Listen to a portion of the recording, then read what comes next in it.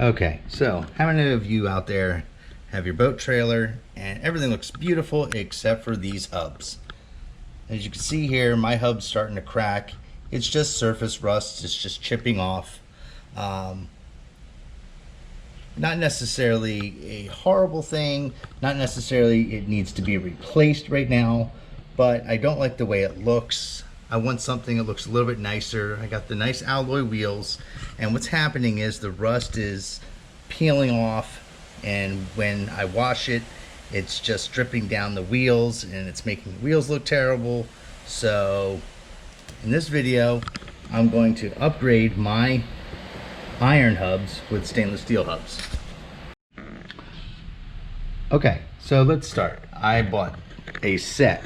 Now, what's really nice, and I'll leave in the description below, I bought this as a kit. So it came with the 2 hubs, which are the 5 lug. So make sure when you do order these that you specify it's a 5 lug or a 6 lug. They come with the rear seal and both bearings and a cotter pin, and which is really nice. These are stainless steel lug nuts. Now, I purchased the one kit up in their description of what it comes with, and I purchased the bearing buddies along with that. So some of the tools you may need. So you're going to need a set of channel locks. You may need a 12-inch or larger crescent wrench, a good pair of side cutters, and a grease gun of some sort. Right now I have the smaller one right now. Of course, the Old Faithful monkey wrench, a good tub of wheel bearing grease, and a good hammer. So in this video, I'm not going to show you how to lift your boat up to pull your wheels off, because everybody's situation is going to be different. I do recommend to have some sort of floor jack, and of course some sort of a jack stand to support it, because you should never trust a floor jack to actually hold the weight for a prolonged time, especially when you're underneath it. So definitely have a jack stand or a block of wood or something like that to support the boat or the trailer while you're working on it. All right, so first things first, before we go ahead and lift everything up, we want to go ahead and just loosen up the lug nuts. Being that they're on a trailer, especially mine being in saltwater, I want to make sure that they're not seized. So we're going to go ahead and just loosen them up, each one, just like a quarter turn, just to get them loose. Okay, we don't want to take them off because we don't want the wheel to fall off and the trailer to fall down. So we're just going to loosen them up. All right, and once everything's loose, then we're going to go ahead and put the jack underneath the boat.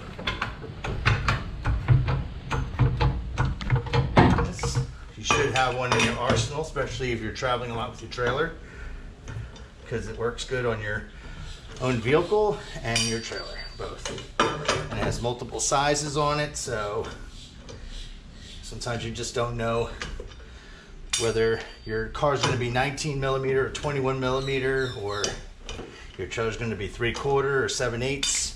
So it's a good thing to have a good monkey wrench. Now this particular hub, this is a vortex hub. So they press this outer part on. There are some that are screwed on, especially the ones that are oil bath hubbed. So make sure you guys get the appropriate wrenches or pliers that you can use to get them off. But this one, basically, you just use a hammer. We're gonna loosen up the top so it kind of cracks open, spin it over. It's gonna come out a little bit more. We're just gonna get it to where it works its way out. Now, once it's off, then we can access the castle nut or the castle washer and cotter pin that sits in here. So if you can see that, you have the cotter pin there, and this outer piece here is the castle washer.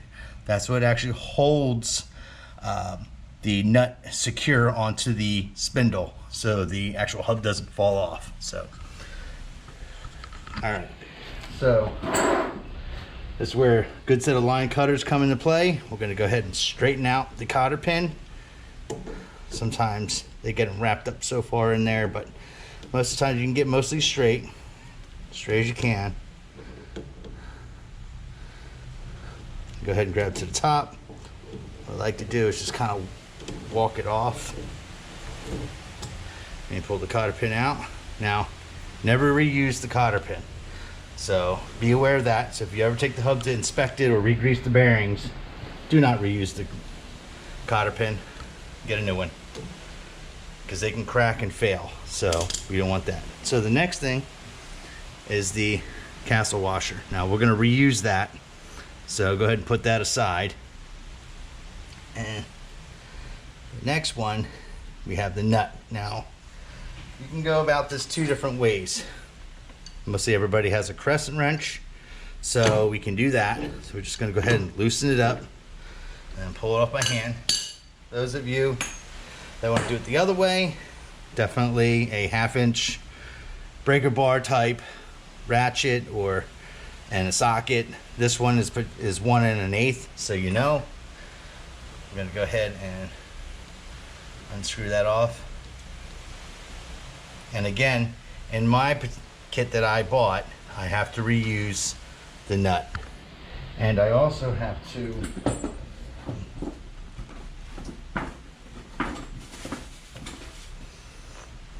reuse the washer.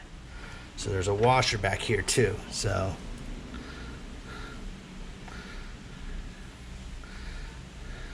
make sure you clean that up, because it has to be reused. Now, if any of this stuff is damaged, it's best to replace it. All right, so once that is all off, this will actually come off. Now, since I'm replacing the whole hub, I don't need anything from this. So basically, I'm going to go ahead and just put this aside. And the next thing I'm going to do is I'm going to inspect the spindle itself. So I want to clean all the grease off.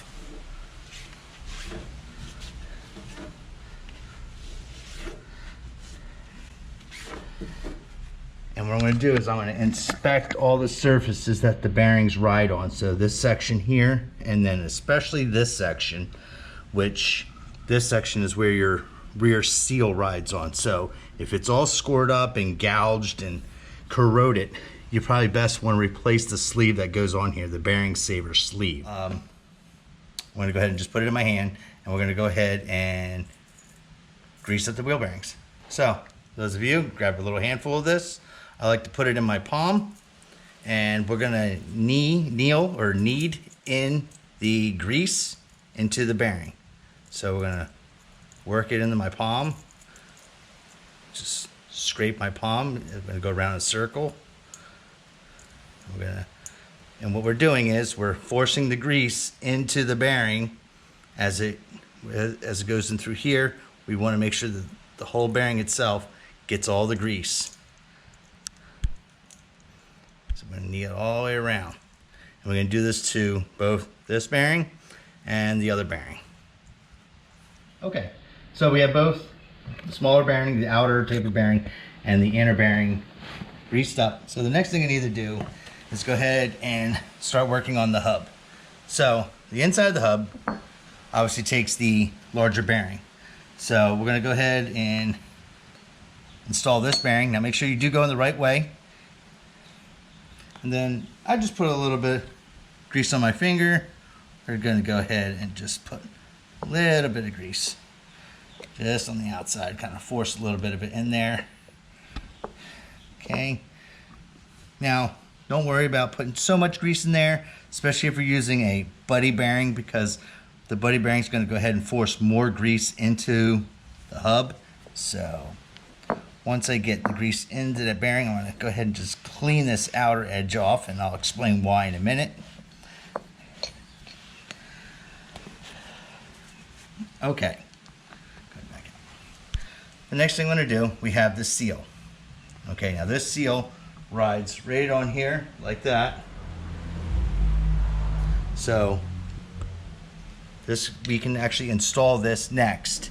Now what I like to do with these is make sure that you have a nice hammer and a block of wood, because we gotta pound this into the hub itself. Now, to make life a little bit easier, and this is really your choice, we can go ahead, I like to use red Loctite. I'm going to put that on there. And this does two things for me. This seals the seal in the hub itself. And also what it does is it actually makes it a little bit easier to install. So I'm going to go ahead, stick that on there straight, get it as flat as you can.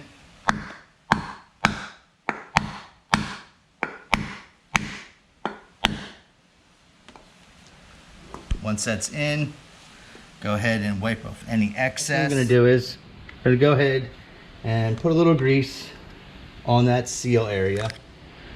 So when we put the new hub on there, got a nice thin layer of grease to help make it pretty smooth in there. So once we get that all in there, like that, we can go ahead and install the hub. So you get the hub in there. So the next thing we're going to do, we're going to go ahead and install the other bearing. Of course, the tapered side facing in. If it doesn't go in right away, don't force it. It will makes it, you know, it's a little bit of a tight fit. And the next thing is the washer. Now, so you realize this washer has a beveled end and it has a straight cut end. The straight cut end goes in toward the bearing, and of course it's not completely round, it actually has a flat spot. So look for that flat spot on the actual axle. So it goes in just like that. And the next piece after that, of course, is the nut.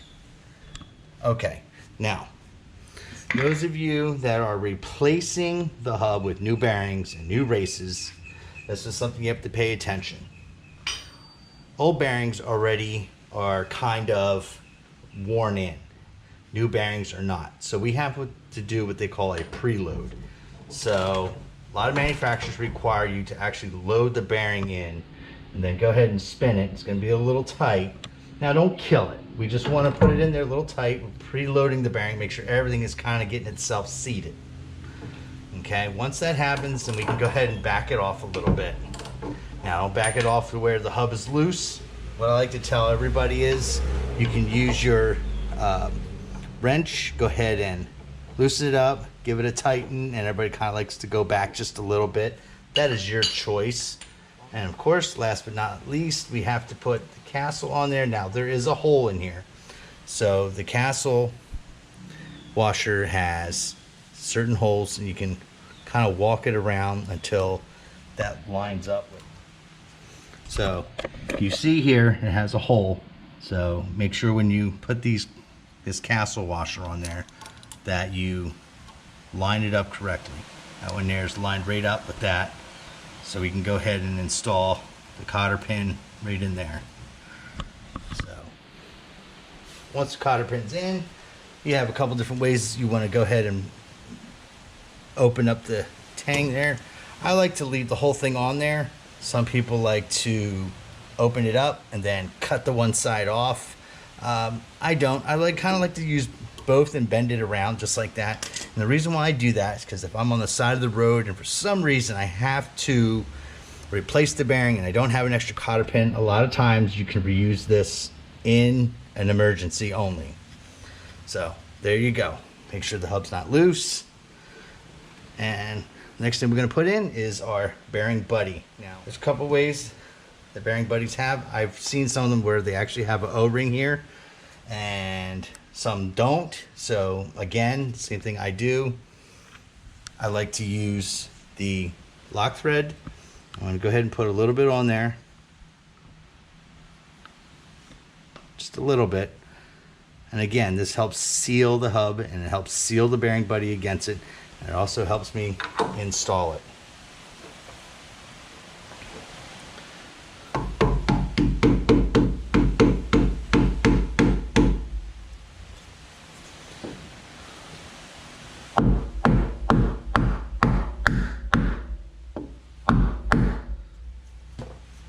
We're going to go ahead and wipe off any excess.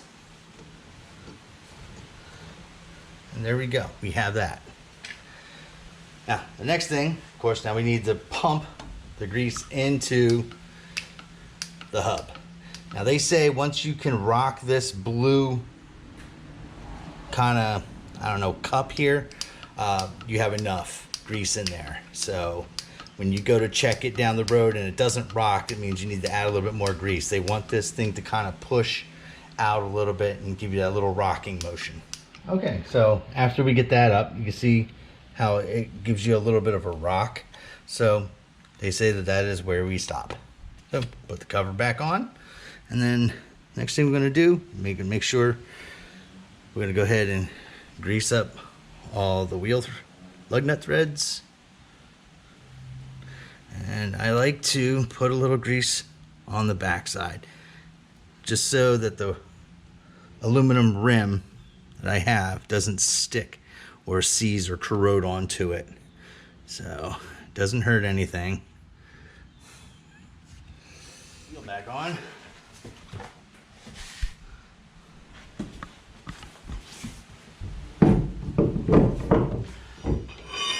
All right, so we're just going to go ahead and snug everything up first. And yes, do the star pattern when you put your wheels on. So snug it like that, go across.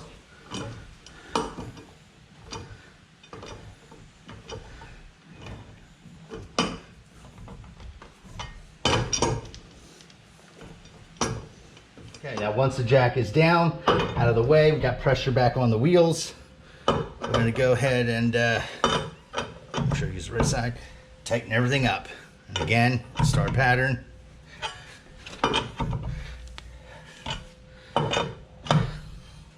Those if you want to use a torque wrench, I believe on my boat, it requires 89 foot-pounds of torque. So we're all set.